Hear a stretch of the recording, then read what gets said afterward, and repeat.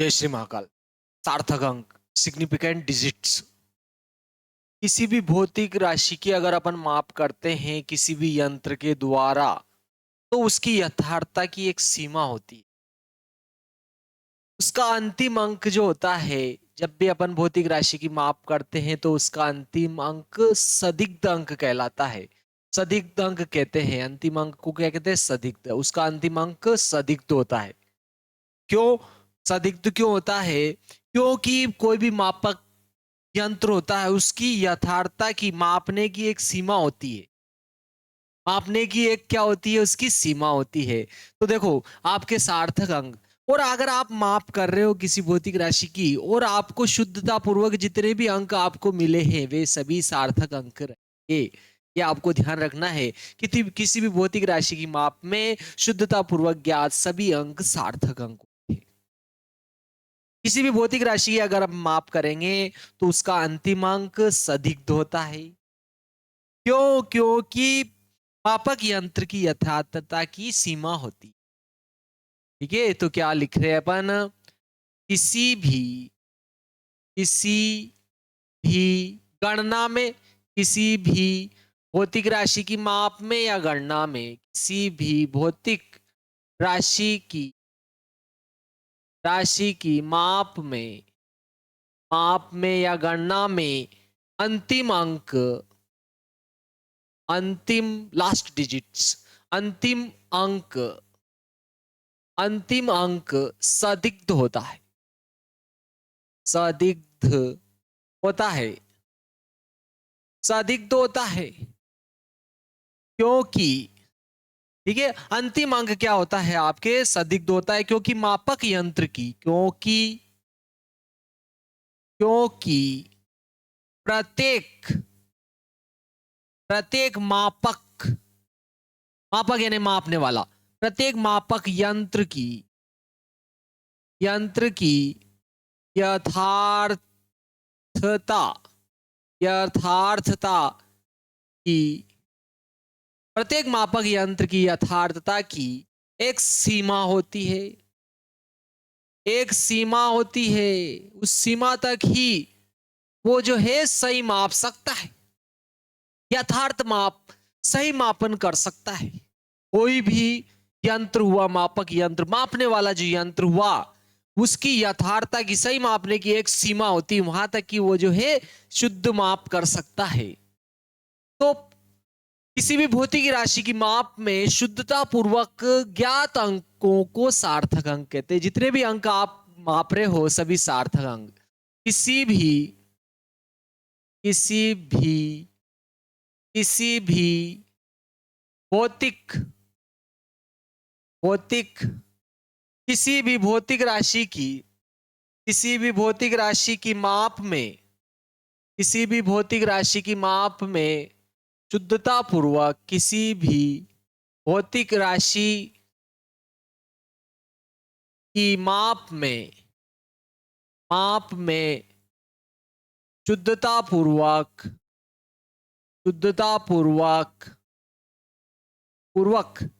ज्ञात सभी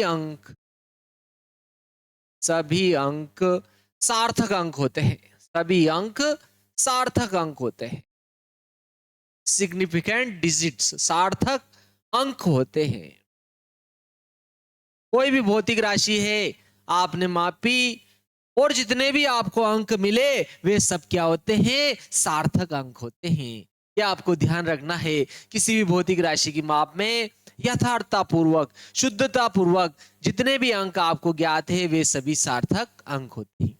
चलो, जैसे कि अगर आप कोई भी माप कर सकते हो, जैसे मैंने लिखा यहां पर किसी भौतिक राशि की माप करी मैंने, और मैंने लिख दिया 2.5 सेंटीमीटर लिखा, मैंने यहां लिख दिया 1.5 मीटर लिख दिया। किसी भौतिक राशि को मापा मैंने, और भी बहुत सारे इस प्रकार 2.25 अपन ने मान लिया जाए कि मिलीमीटर लिखा। तो यहां पर देखो अपने पास में 1 2 3 अंक आए, अपन ने गणना करी 3 अंक आए, तो तीनों क्या है? सार्थक अंक। यहां पर अपन ने मापन किया और 2 अंक मिले अपने को, तो ये अंक क्या हो जाएंगे? आपके सार्थक अंक। यहां पर अपन ने गणना करी 2.5 सेंटीमीटर आए, तो 2.5 सेंटीमीटर आया, तो 2 अंक मिले, तो ये दोनों अंक क्या होंगे? आपके सार्थक अंक होंगे। चलो, अब अपन सार्थक अंक की गणना किस प्रकार करेंगे, सार्थक अंक की गणना के नियम कौन कौन से है वो देखते हुए फिर अपन जो है सार्थक अंकों की क्या करेंगे? गणना करेंगे। किसी भी भौतिक राशि के सार्थक अंकों की जो गणना करेंगे उसके बाद में अपन जो है देखेंगे। देखते हैं, देखिए सार्थक अंकों की गणना करने के कौन कौन से नियम हैं उसको अपन देखते हैं। ठीक है, सार्थक माप में सार्थक अंकों की गिनती करना। माप माप में सार्थक अंकों की गिनती करना, गिनती करना या उनको गिनना या उन्हें ज्ञात करना। भाई सार्थक अंक कितने होंगे, किसी भी भौतिक राशि में कितने सार्थक अंक होंगे उसकी जो है गणना कैसे करेंगे। अगर मान लिया जाए कि किसी भौतिक राशि की माप आपने माप की और उसमें दशमलव अलग अलग स्थानों पर आया, ठीक है, अगर दशमलव अलग अलग स्थानों पर है और आपको कह दिया कि इसमें सार्थक अंकों की गणना करो, तो देखो सार्थक अंकों की गिनती पर या गणना पर दशमलव की स्थिति का कोई प्रभाव नहीं पड़ता है, यह आपको ध्यान रखना है। तो देखो सार्थक अंकों की गणना पर, सार्थक अंकों की गिनती पर दशमलव की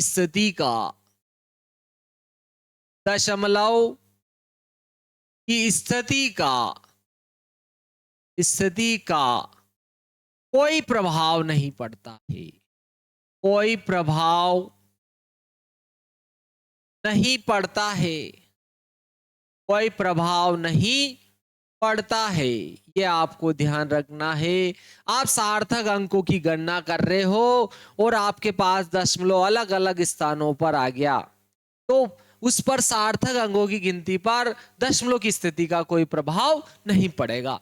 इसका आपको जो है अच्छे से ध्यान रखना है। दशमलव की स्थिति पर सार्थक अंकों की गणना पर कोई प्रभाव नहीं पड़ता है। जैसे कि उदाहरण ले लेते हैं 6.023, फिर मैंने एक और लिखा 60.23, फिर मैंने लिखा आपके 0.6023, ऐसे और भी लिखे अपन ने बहुत सारे में। देखो सब में अलग अलग स्थान पर दशमलव है। इसमें एक अंक बाद बाईं ओर से एक अंक बाद दशमलव है, इसमें बाईं ओर से 2 अंक बाद दशमलव है, इसमें बाईं ओर से डायरेक्ट दशमलव आ गया, बाईं अंक से डायरेक्ट दशमलव आ गया, ठीक है। और दाहिनी ओर से इधर देखो 1 2 3 4 अंकों बाद दशमलव है, इधर भी दाहिनी ओर से 2 अंक बाद दशमलव है, इधर दाहिनी ओर से 3 अंकों बाद दशमलव है। तो देखो दशमलव की स्थिति तीनों उदाहरणों में अलग अलग स्थान पर है, लेकिन यहां भी कितने सार्थक अंक है? 1 2 3 4, यहां भी 1 2 3 4, 1 2 3 4। तो ध्यान रखना सार्थक अंकों की गिनती पर अगर आप शून्य हटा भी देते हो, ठीक है, देखो अपन शून्य के बहुत सारे नियम रहेंगे, उनको देखकर इसकी गणना करेंगे। तो जैसे कि 6.23 है, इसमें 6 ठीक है, इसमें अपन चलो दशमलव यहां पर हटा देते हैं, यहां लगा दिया अपन ने, इसमें दशमलव यहां पर लगा दिया, 62.3 हो गया, यहां दशमलव पहले पहले लगा दिया। तो देखो इनमें देखो सभी में, इसमें भी 1 2 3 सार्थक अंक होंगे, इसमें 1 2 3 सार्थक अंक होंगे, इसमें भी आपके कितने सार्थक अंक?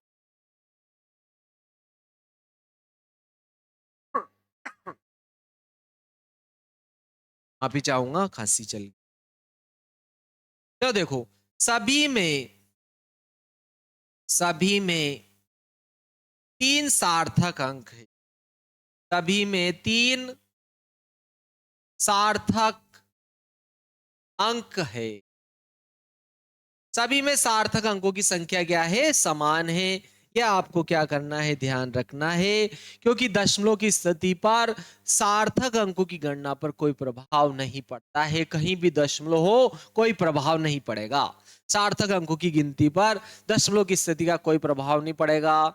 नंबर सेकंड आ जाता है आपके, बहुत ही महत्वपूर्ण है। देखो मात्रक बदलने पर, अगर आपके क्या हुआ, मात्रक बदला, तो मात्रक बदलने पर भी आपके सार्थक अंकों की संख्या पर कोई प्रभाव नहीं पड़ेगा। तो आपके क्या आ जाएगा, मात्रक बदलने पर भौतिक राशि, मात्रक बदलने पर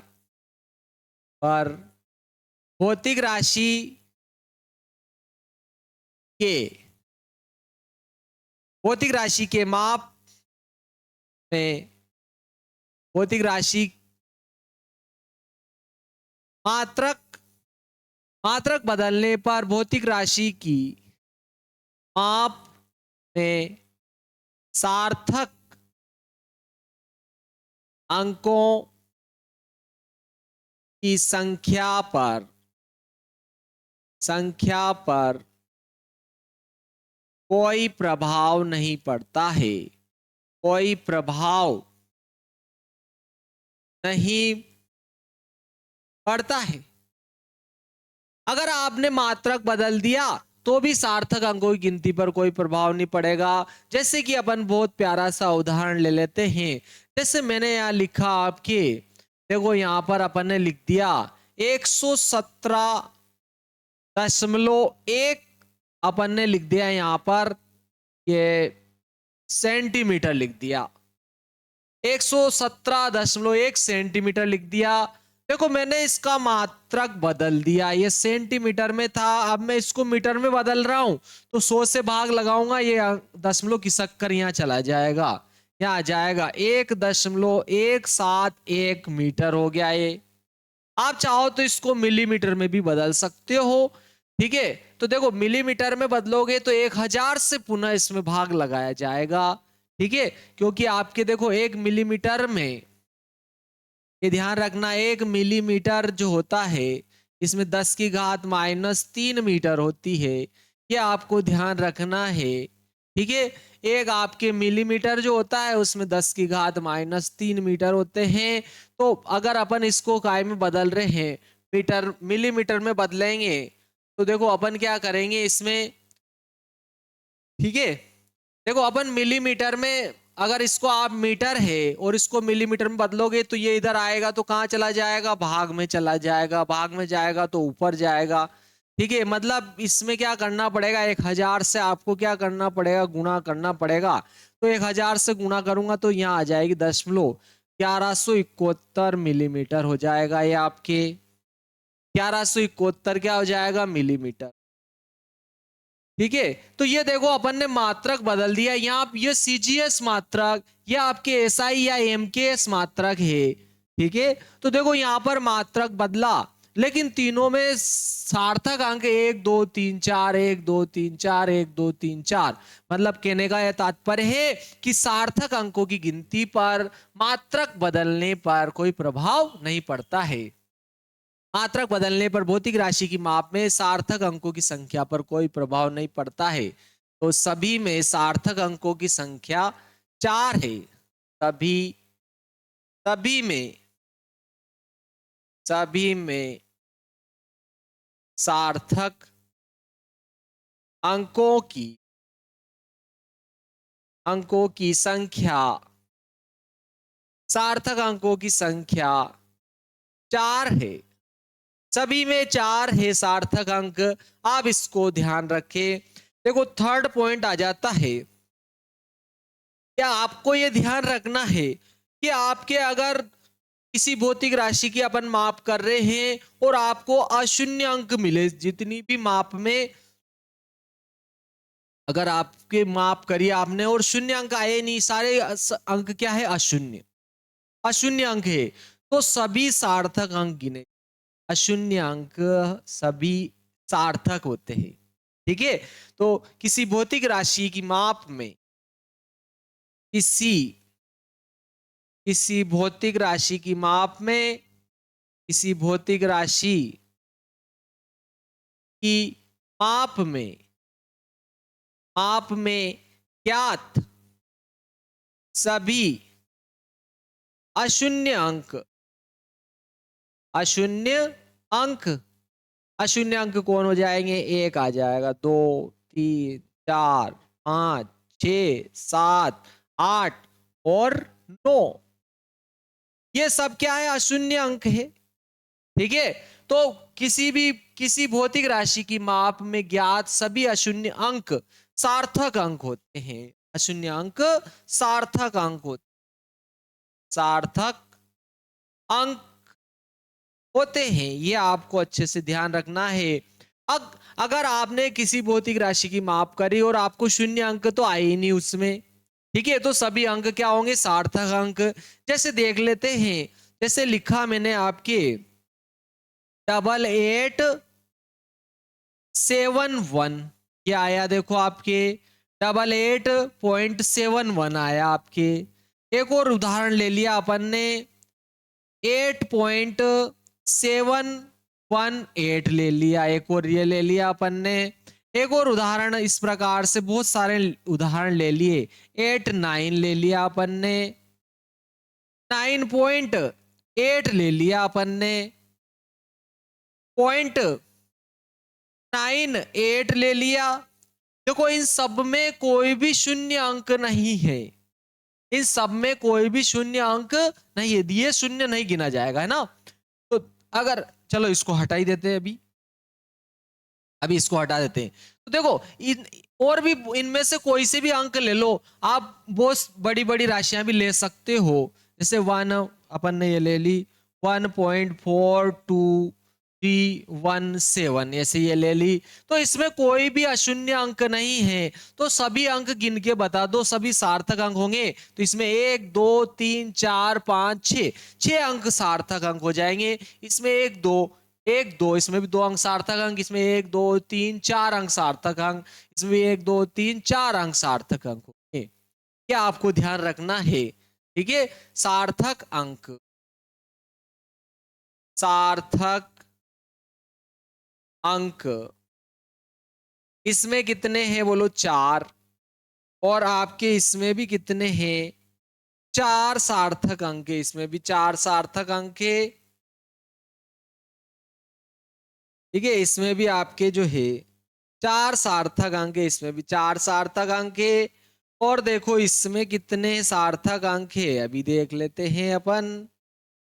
ठीक है, इन दोनों में सार्थक अंकों की जो संख्या है आपकी, वो कितनी है? 2 सार्थक अंक है दोनों में आपके 2 सार्थक अंक है। ठीक है, इन दोनों में सार्थक अंक कितने? 2।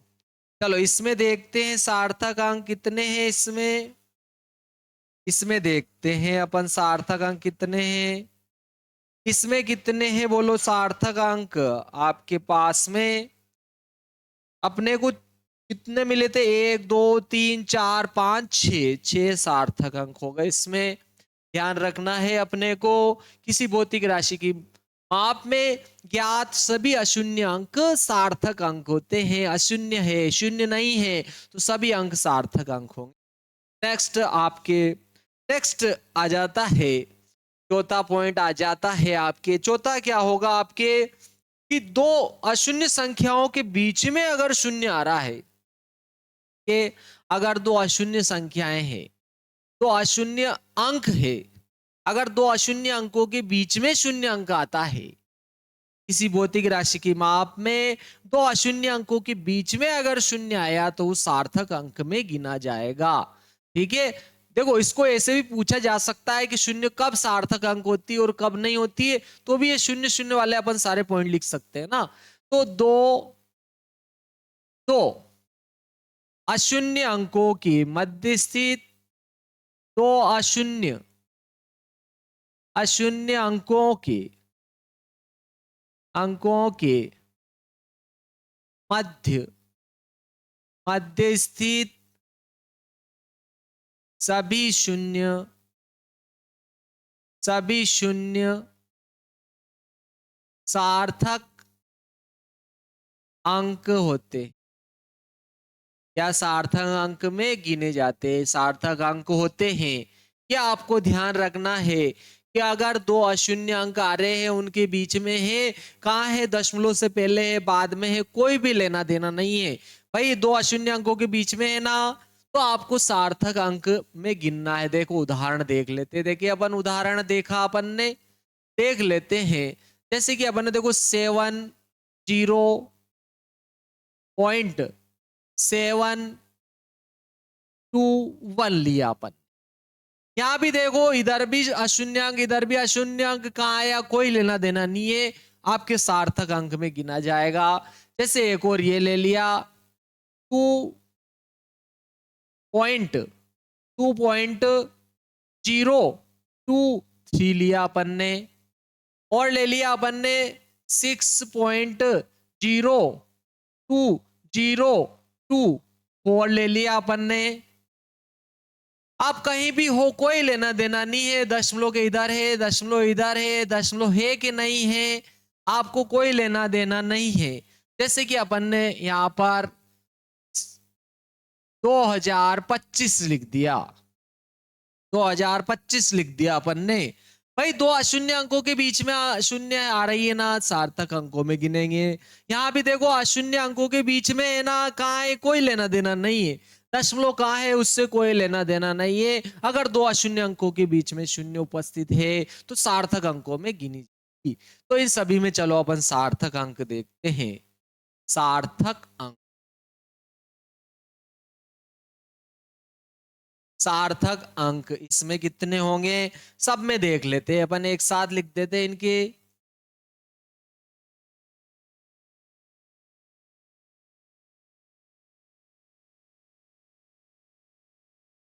सभी में अपन सार्थक अंक देखते हैं।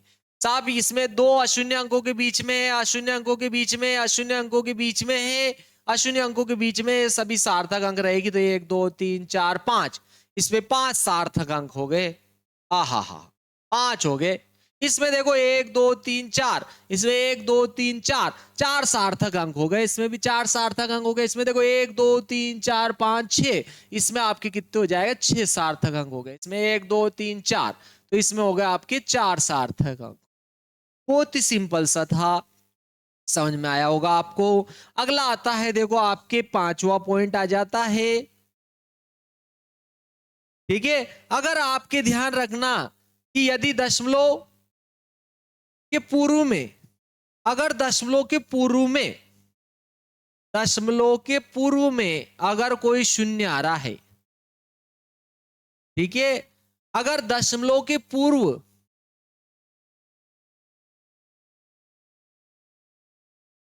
दशमलव के पूर्व, या अपन यूं कहें कि देखो अगर अपन ने देखा कि दशमलव के पूर्व कोई अशून्य अंक आ रहा है और दशमलव के बाद में अगर कोई शून्य आ रही है, तो वो भी सार्थक अंकों में गिनी जाए। ठीक है, ये कोई नियम नहीं हुआ। मैंने क्या बोला कि दशमलव से पहले कोई अशून्य अंक आ गया, ठीक है, और इसके ये दशमलव से पूर्व आ गया और इधर कोई शून्य आई ना, तो वो आपके सार्थक अंकों में गिनी जाएगी। ठीक है, ये आपको ध्यान रखना। चाहे ये होता ना आपके, तो इसमें भी आपको ध्यान रखना है कि इसको भी आप अपन जो है सार्थक अंकों में, शून्यों को भी अपने क्या करना है, सार्थक अंकों में गिनना है। तो आपके 5वां पॉइंट क्या हो जाएगा, यदि दशमलव के पूर्व कोई अशून्य संख्या है तो दशमलव के बाद के सभी शून्य सार्थक अंकों में रहेंगे आपके ना। यदि दशमलव के पूर्व, यदि दशमलव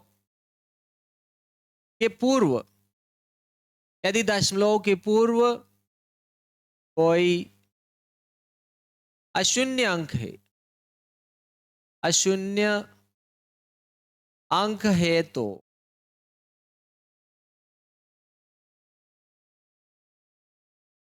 इसके बाद के सभी शून्य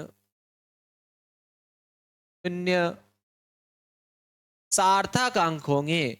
क्या आपको ध्यान रखना है, सार्थक, सभी शून्य सार्थक अंक होंगे। ठीक है, ये आपको अच्छे से ध्यान रखना है। जैसे देखो अपन ने ये लिख दिया 6.0032 लिख दिया साहब।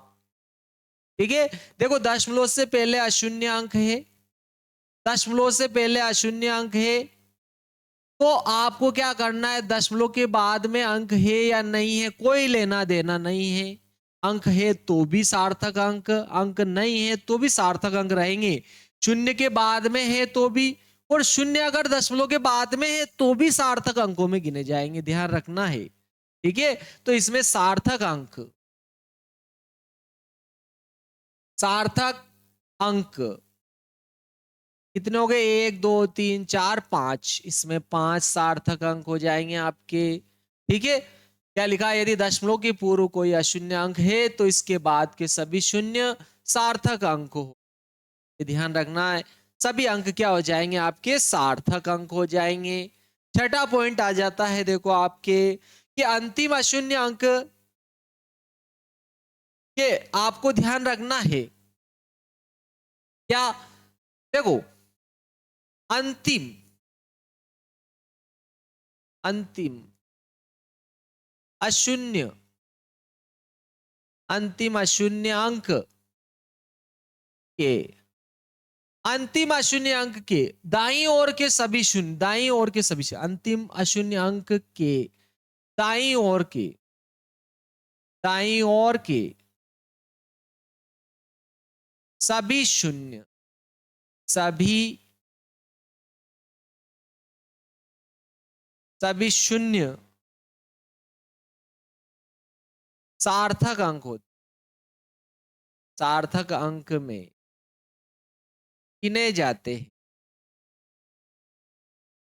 ठीक है, सभी शून्य सार्थक अंक में गिने जाते हैं, क्या आपको ध्यान रखना है। ठीक है, जैसे कि अपन ने लिख दिया 25.00 लिख दिया, ठीक है, 250.0 लिख दिया, तो इन दोनों में क्या है, सार्थक अंक 4 है, ध्यान रखना। सार्थक अंक कितने हैं, दोनों में 4 होंगे। लेकिन देखो अगर अंतिम अशून्य अंक के बाईं ओर आ जाए तो उसको सार्थक अंक में नहीं गिनेंगे, ध्यान रखना। अंतिम, अंतिम अशून्य, अशून्य अंक के, अंक के बाईं ओर के, बाईं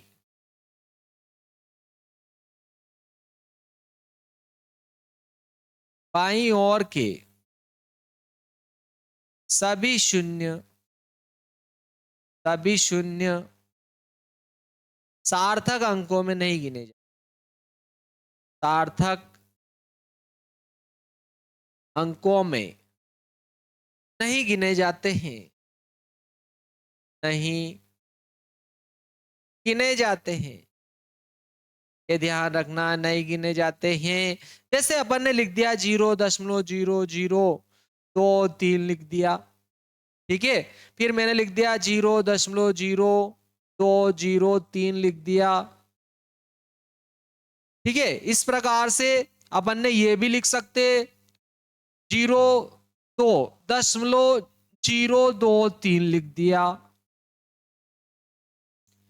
तो देखो ये अंतिम अशून्य अंक है ना, इसके ये बाईं ओर के शून्य तीनों सार्थक अंक में नहीं गिने जाएंगे, मतलब इसमें 2 सार्थक अंक हो गया।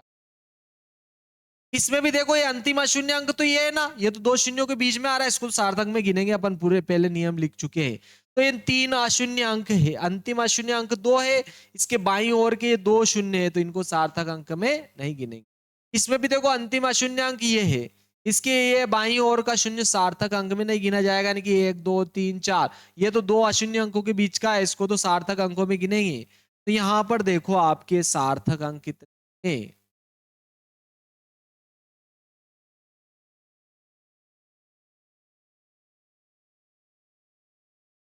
यहां पर 1 2 सार्थक अंक हो जाएंगे। यहां पर देखो 1 2 3, क्योंकि ये 2 अशून्य अंकों के बीच का शून्य है, तो सार्थक अंकों में अपन ऊपर लिख चुके हैं, ये तो क्या हो जाएगा आपके सार्थक अंकों में रहेगा, ये तो ध्यान रखना है। तो यहाँ 3 हो गए सार्थक अंक। यहाँ देखो 1 2 3 4, क्योंकि ये तो 2 अशून्य अंकों के बीच का है, बाईं ओर का शून्य है, इसको सार्थक अंकों में नहीं गिनेंगे, तो यहाँ भी कितने हो जाएंगे आपके 4 सार्थक अंक हो जाएंगे। चलो अब अपन नेक्स्ट देखते हैं। देखिए नेक्स्ट क्या आ जाएगा आपके, ठीक है। देखो अब अपन जो है, अगर कोई भौतिक राशि है उसको अलग अलग बार मापा गया है और हर बार जो है उसके सार्थक अंक अलग अलग आए, तो फिर उसका माप कौन सा ले, ये आपको ध्यान रखना है। अगर अपने पास में एक ही भौतिक राशि की माप जो है अपन ने बार बार की और माप जो है हर बार जो है कुछ अलग अलग अंक आए, सार्थक अंक सब में अलग अलग आए, तो ध्यान रखना जिसमें सबसे ज्यादा सार्थक अंक रहेंगे वही मान उसका शुद्ध मान माना जाए। ठीक है, किसी भौतिक राशि की माप में जितने अधिक सार्थक अंक होते हैं वह उतना ही शुद्ध मान माना जाता है। तो आपको ये ध्यान रखना है, किसी किसी भौतिक राशि की माप में जितने अधिक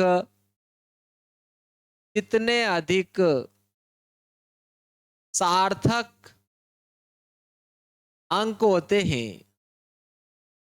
होते हैं वह माप उतना ही सही माना जाता है, उतना ही सही माना जाता है या शुद्ध माना जाता है।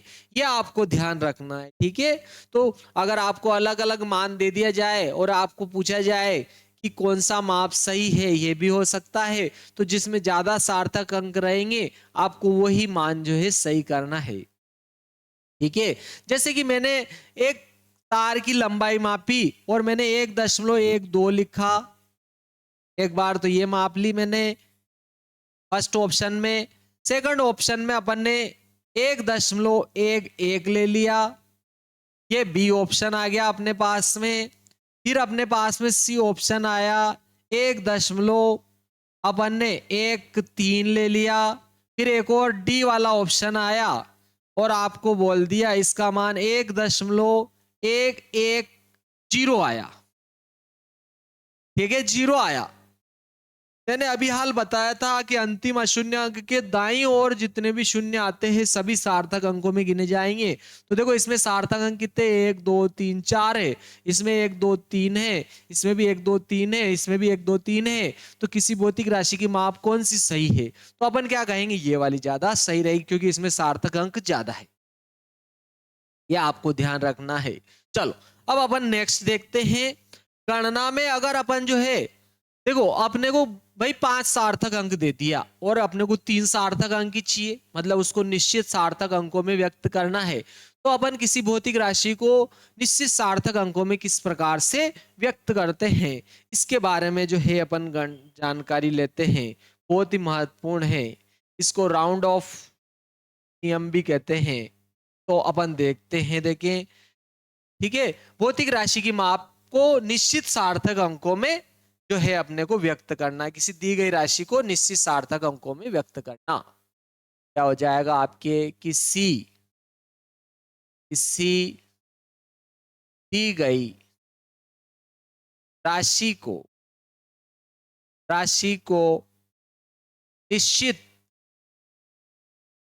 निश्चित सार्थक अंकों में व्यक्त करना भाई।